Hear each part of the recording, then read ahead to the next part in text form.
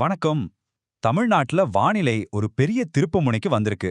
அடுத்த சில நாட்கள் ஏன் ரொம்பவே முக்கியம்.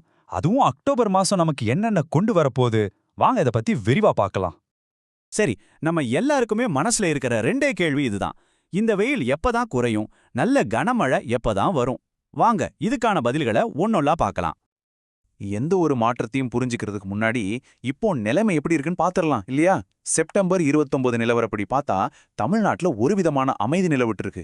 ஆனா இது புயலுக்கு முன்னாடி வர்ற அமைதியா இருக்குமோ? கடந்த 2 நாளா பாத்தீங்கன்னா வறண்ட வானிலை தான்.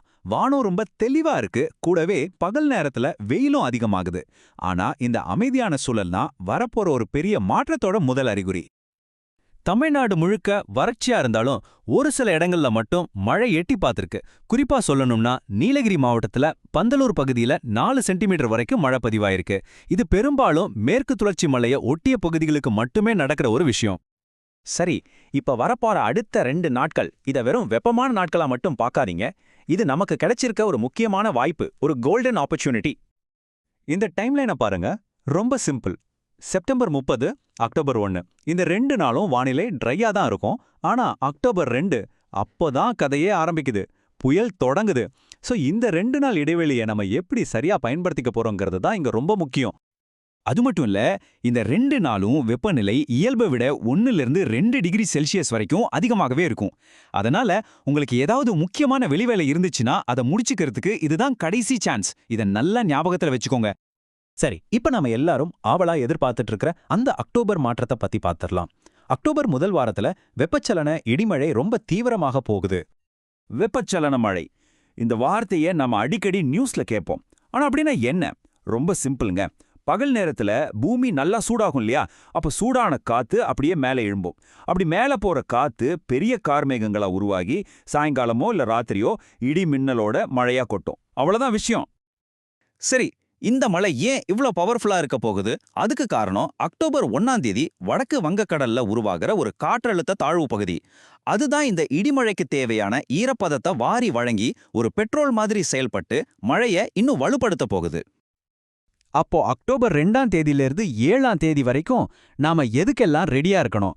பரவலான இடிமழை, ரொம்ப வலுவான மின்னல், மழைக்கு முன்னாடி பயங்கரமா வீச போற காத்து, அப்புறம் சில இடங்கள்ல கனமழை.